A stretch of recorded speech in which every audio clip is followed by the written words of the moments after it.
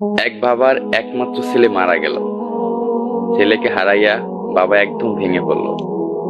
সে তার ছেলের জন্য নামাজ পড়ে দোয়া করলো। সে রাত্রে স্বপ্নে দেখতেছে তার ছেলের কবরে ধাউ ধাউ করে আগুন জ্বলতেছে এবং ছেলে চিল্লায় চিল্লায় বলতেছে, বাবা তুমি আমাকে বাঁচাও।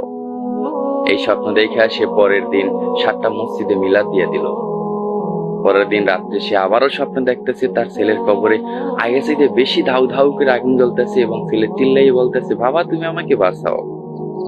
এই স্বপ্ন দেখা সে লোকজন ডাইকা মিলাদ পড়ায় খাওয়াই দিল।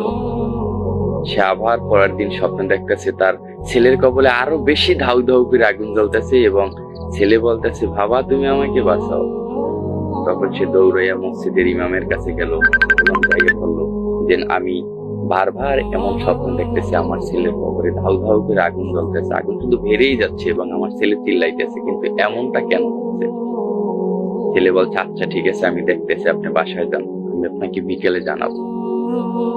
হুজুর ছেলের বন্ধু বান্ধবদের খোঁজ নিল তার সেই ছেলে কার কার সাথে চলতো। খোঁজ নিয়ে সে তার একটা বন্ধুর কাছে জিজ্ঞেস করলো যে তোমার বন্ধু এমন কি কাজ কইরা গেছে যে কাজটা এখনো চলতে আছে এবং খারাপ। তার বন্ধু স্বীকার পাইলো যে আমরা একটা সাইট থেকে পর্ন ভিডিও দেখতাম, অশ্লীল ভিডিও দেখতাম। আমার বন্ধু সে অশ্লীল ভিডিওতে আসক্ত হয়ে যায় এবং সেই সাইটটাকে নিজের নামে কিনে নেয়। সে তো এখন মারা গেছে। সেই সাইটটা একজন থেকে আরেকজন থেকে আরেকজন এরকম পুরো বিশ্বব্যাপী ছড়াই গেছে। সবাই সেখান থেকে পর্ন ভিডিও দেখে। এখন হুজুর বলে সেই সাইটটা বন্ধ করার উপায় কি? সে বলে সম্ভব না হুজুর, এই সাইট বন্ধ করার জন্য একমাত্র আমার বন্ধুকেই লাগবে। বন্ধু ছাড়া ওই সাইট বন্ধ করা সম্ভব না। ওখানে তার ফিঙ্গারপ্রিন্ট আছে, তার চোখের প্রিন্ট আছে। তারপর সে তার বাবার কাছে গেল হুজুর এবং যাই বলল যে আপনার ছেলে এরকম একটা অশ্লীল সাইট আছে যে সাইটটা দিনের দিন ব্যাপকভাবে ছড়াইয়ে পড়ছে আর এবং ওইটার কারণে তার কবরের আযাব দিনের দিন বাইরেই চলতেছে।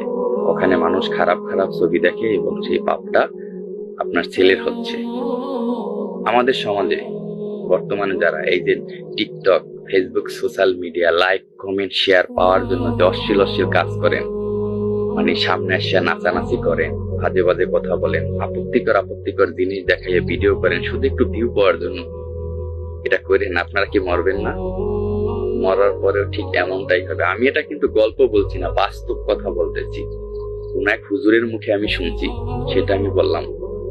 আর দ্বিতীয়ত, বন্ধু বান্ধব, আপনি আপনার চাইতে ভালো চরিত্রের বন্ধু বানাবেন যে আপনাকে সৎ কাজে আদেশ এবং অসৎ কাজে নির্দেশ দেবে। কথায় বলা